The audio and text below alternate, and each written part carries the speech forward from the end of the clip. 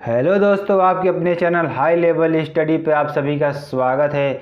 तो सबसे पहले आप हमारे चैनल पर नए हो तो हमारे चैनल को सब्सक्राइब कर ले। लाल का बटन दबा कर सामने जल रहा होगा, उसे दबा लें जिससे कि और नोटिफिकेशन भी ऑन कर लें, जिससे आने वाली समस्त वीडियो आपके सामने सबसे पहले हो। तो आइए हम देखते हैं फिजिक्स सेकंड का, जो कि हमारे सेकंड सेमेस्टर का है, 2021 के सेमेस्टर का है। आइए उसके सेकंड चैप्टर के बारे में पढ़ते हैं। फाइबर ऑप्टिक्स के बारे में पढ़ते हैं। किसके बारे में?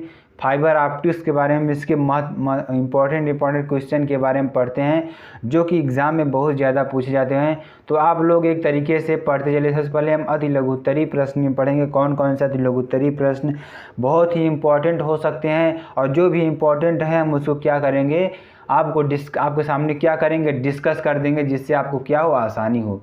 तो सबसे पहले नंबर पे क्वेश्चन हमारा क्या है? प्रकाश का अपवर्तन किसे कहते हैं? तो दोस्तों आप जान सकते हैं अपवर्तन मतलब क्या होता है कि उसका हम अपोज करते हैं, अपवर्तन करते हैं। जैसे कि कोई जल है, तो जल में अगर हम यानी जो प्रकाश को जो एक निश्चित मार्ग से भटका दे, तो उससे हम क्या कहेंगे? प्रकाश का अपवर्तन कहेंगे। दोस्तों यहाँ हम देख सकते हैं प्रकाश का अपवर्तन एक ऐसी घटना है कि जिसमें प्रकाश किरण का पथ एक माध्यम से दूसरे माध्यम में जाने से बदल जाता है। यानी कि कोई प्रकाश एक माध्यम, जैसे इसमें क्या है हमारा दोस्तों, देख सकते हैं आप, हमारा जैसे यहाँ पे क्या है, वायु है। क्या है? वायु। यहाँ क्या हमारा जल है। तो प्रकाश अगर इस माध्यम से इस माध्यम में आता है तो वहाँ क्या होता है, अगर जल होता है तो अभिलंब की ओर क्या होता है, वहाँ झुक जाता है। तो इसका मार्ग क्या है, बदल गया दोस्तों। यहाँ सीधा आ रहा था लेकिन यहाँ कुछ तिरछा हो गया। इस घटना को हम क्या कहते हैं? प्रकाश का अपवर्तन कहते हैं। आगे हम जानते हैं प्रकाश अपवर्तन का कारण क्या है। अपवर्तन का क्या कारण है दोस्तों? प्रकाश के अपवर्तन का मुख्य कारण है प्रकाश का वेग अलग अलग माध्यमों में भिन्न, यानी कि इसका वेग क्या होगा दोस्तों, अलग अलग माध्यमों में अलग अलग होगा। तो यहाँ पे देख सकते हैं वायु में प्रकाश की चाल बटे उस माध्यम में प्रकाश की चाल v। तो दोस्तों क्या होगा, n बराबर c/v। तो दोस्तों ये क्वेश्चन जो हम बता रहे हैं बहुत ही इंपॉर्टेंट क्वेश्चन है। आगे हम जानते हैं क्रांतिक कोण की परिभाषा। तो क्रांतिक कोण क्या होता है दोस्तों, यानी सघन माध्यम में वह आयतन कोण, यानी सघन माध्यम में वह आयतन कोण जिसके लिए विरल माध्यम में अपवर्तन कोण का मान क्या होगा, 90 डिग्री होगा। विरल माध्यम क्या होगा, 90 डिग्री होगा। क्रांतिक कोण कहलाता है। क्या कहलाता है? क्रांतिक कोण कहलाता है। इसे क्या करते हैं, C से प्रदर्शित करते हैं। तो दोस्तों एक बार फिर से इसको हम समझ लेते हैं। तो यहाँ पे देख सकते हैं सघन माध्यम में वह आयतन कोण, यानी कि आयतन नहीं होगा दोस्तों, आपतन कोण। क्या होगा यहाँ पे? आपतन कोण। क्या होगा? आपतन कोण जिसके लिए विरल माध्यम में अपवर्तन कोण का मान 90 डिग्री हो। यानी कोई प्रकाश सघन माध्यम से अगर सघन माध्यम से विरल माध्यम में जाती है तो जो अपवर्तन कोण जो है, अपवर्तित किरण होगी दोस्तों हमारा, वो उसका जो कोण का मान होगा वो 90 डिग्री होना चाहिए, तभी हम उसे क्या कहेंगे, क्रांतिक कोण कहेंगे। इसे हम C से प्रदर्शित करते हैं।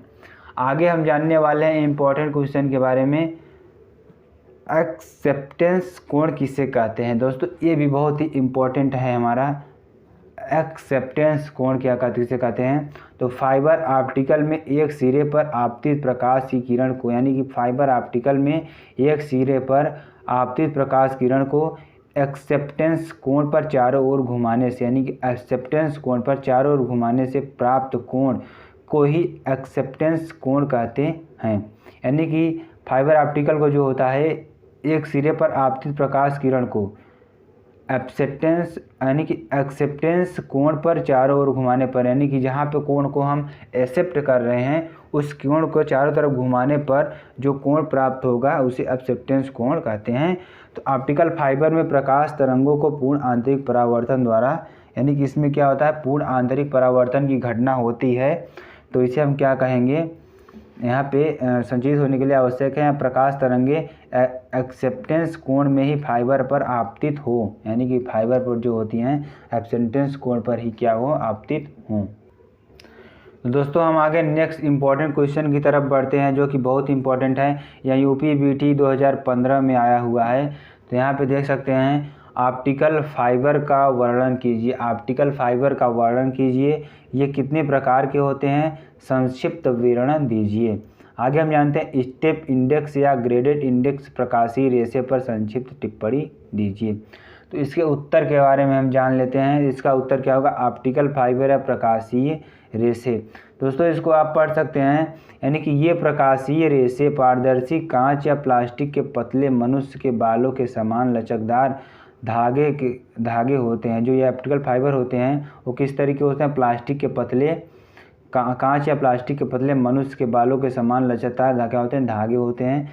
इनमें से होकर दृश्य प्रकाश रेशों की लंबाई के अनुदिश गुजरता है, यानी जो प्रकाश होता है उसके अनुदिश क्या होता है, उसके ही दिशा में गुजरता है। ऑप्टिकल फाइबर में सामान्यतः दो समाक्षीय बेलनाकार परतें होती हैं। इसमें क्या होता है, दो समाक्षीय बेलनाकार परतें होती हैं। इसके अंदर वाले भाग को जो प्रकाश का पूर्णतया परावर्तित करता है, इसके अंदर वाले भाग को जो प्रकाश का पूर्णतया परावर्तित करता है, कोर तथा कोर के ऊपर वाली परत को बाउंड्री का भाग, यानी कि जो जहाँ पर प्रकाश परावर्तित होता है उसे हम क्या कहेंगे, कोर कहेंगे। और जहाँ पर प्रकाश जाके टकराता है उसे हम क्या कहेंगे, बाउंड्री का कार्य करती है, जिसे हम क्लैडिंग कहते हैं। क्या कहते हैं, क्लैडिंग। जहाँ पर प्रकाश टकराता है उसे हम क्या कहेंगे, क्लैडिंग कहेंगे। क्लैडिंग का अपवर्तनांक कोर के अपवर्तनांक से कम होता है। जो क्लैडिंग का अपवर्तनांक होगा वो कोर के अपवर्तनांक से क्या होगा, कम होगा। क्लैडिंग क्षेत्र प्रकाश कोर के क्षेत्र में नियंत्रित रखता है, यानी जो क्लैडिंग कोर है, क्लैडिंग कोर एरिया जो होता है वह प्रकाश के कोर के क्षेत्र को नियंत्रित रखता है और उसे बाहर नहीं जाने देता। उन्हें नियंत्रित रखता है तो उसे बाहर नहीं जाने देता है। टेलीफोन या मोबाइल संचार में प्रयोग आने वाले ऑप्टिकल फाइबर केबलों में कोर एवं क्लैडिंग की सुरक्षा हेतु प्लास्टिक की एक क्या होती है, सुरक्षा जैकेट चढ़ाई जाती है। आइए इसके फिगर के बारे में हम जान लेते हैं। दोस्तों यहाँ पे इसका हम फिगर देख लेते हैं ऑप्टिकल फाइबर का। ये हमारी दोस्तों क्या है, क्लैडिंग है। क्या है, हमारी क्लैडिंग है। यहाँ पे क्या होता है, अपवर्तनांक इसका क्या होगा, कम होगा। और यहाँ पे दोस्तों हम क्या है, प्लास्टिक की जैकेट क्या होगी, प्लास्टिक की जैकेट जो इसकी सुरक्षा प्रदान करती है, यानी इस ऑप्टिकल फाइबर क्या करती है, सुरक्षा प्रदान करती है। आगे हम देखते हैं साधारण व्यवहार, यानी कि साधारण व्यवहार में यह एक समान मोटाई लगभग 2.10⁻⁻6 मीटर व्यास के पारदर्शी कांच के रेशे में प्रयोग किया। दोस्तों इसको आप पढ़ सकते हैं, अच्छी तरीके से पढ़ सकते हैं। तो जो इम्पोर्टेंट है हम उसको बता रहे हैं दोस्तों, आके आप लोग अपना पढ़ते चलिएगा।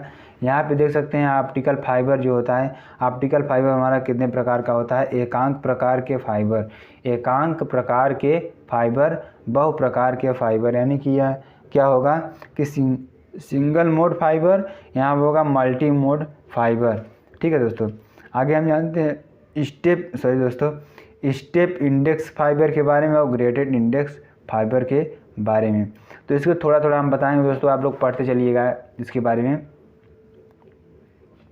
एकांक प्रकार का फाइबर क्या होगा दोस्तों, इसमें क्या होगा कि इसकी क्लैडिंग कम अपवर्तनांक वाले पदार्थ की होती है। इसमें जो होती है यानी कि इस प्रकार के फाइबर की कोर का व्यास बहुत कम, यानी कि 5 से 10 माइक्रो तक होता है। और इस फाइबर में क्या होगा, अनुदैर्ध्य अक्ष से अनुदिश एक ही पथ पर में संचारित होता है। इसको आप पढ़ सकते हैं आसानी से। यहाँ क्या होता है, बहु प्रकार के फाइबर, यानी कि इसमें 2 प्रकार के होते हैं। पहला का है स्टेप इंडेक्स फाइबर। तो इसके फिगर बारे में यहाँ जान लेते हैं, फिगर से ही आप लोग समझ में आ जाएगा। तो इसमें जो इसमें प्रकाश होगा दोस्तों, प्रकाश क्या होगा, इस ऐसे जाएगा फिर टकराएगा फिर, यानी कि इसमें क्या होगा कि एक निश्चित समान यानी कि क्या कहते हैं कि समान गति से अपवर्तित होने के बाद समान गति से यहाँ प्रकाश आगे की ओर बढ़ता रहता है। दोस्तों यहाँ पे देख सकते हैं यहाँ पे कैसे, यानी कि इसका ये क्या है, हमारा स्टेप इंडेक्स फाइबर है, यानी कि स्टेप बाय स्टेप यहाँ क्या हुआ, बढ़ता चला जा रहा है। आगे हम देखते हैं नेक्स्ट इंडेक्स फाइबर के बारे में, यहाँ पे जान लेते हैं। तो यहाँ पे देख सकते हैं आप इसे ग्रेडेड इंडेक्स फाइबर, और इसके फिगर से हम जान लेते हैं दोस्तों ग्रेडेड इंडेक्स फाइबर क्या होता है। यहाँ पे देख सकते हैं ये क्या हमारा अपवर्तनांक है, ये हमारी क्या है, कोर है। तो इसमें जो प्रकाश होता है इसमें यानी गोलाई के रूप में क्या होता है, आगे बढ़ता रहता है। इसे हम क्या कहेंगे, ग्रेडेड इंडेक्स फाइबर कहते हैं। दोस्तों आशा करते हैं आपको यहाँ टॉपिक अच्छे से समझ में आ रहा होगा और इम्पॉर्टेंट क्वेश्चन आपको इस चैप्टर के बता दें दोस्तों। और तो सेकंड चैप्टर में और इम्पॉर्टेंट क्वेश्चन कुछ नहीं है, तो आप लोग इन क्वेश्चनों को तैयार कर लीजिए और एग्ज़ाम में, जिससे कि आप लोगों को बहुत आसानी होगी पढ़ने में। तो आशा करते हैं आप लोग को बहुत ज़्यादा पसंद आया होगा। तो पसंद आएगा तो हमारे चैनल क्या करें, लाइक करें, कमेंट करें, सब्सक्राइब करें और शेयर करें। थैंक यू दोस्तों, जय हिंद।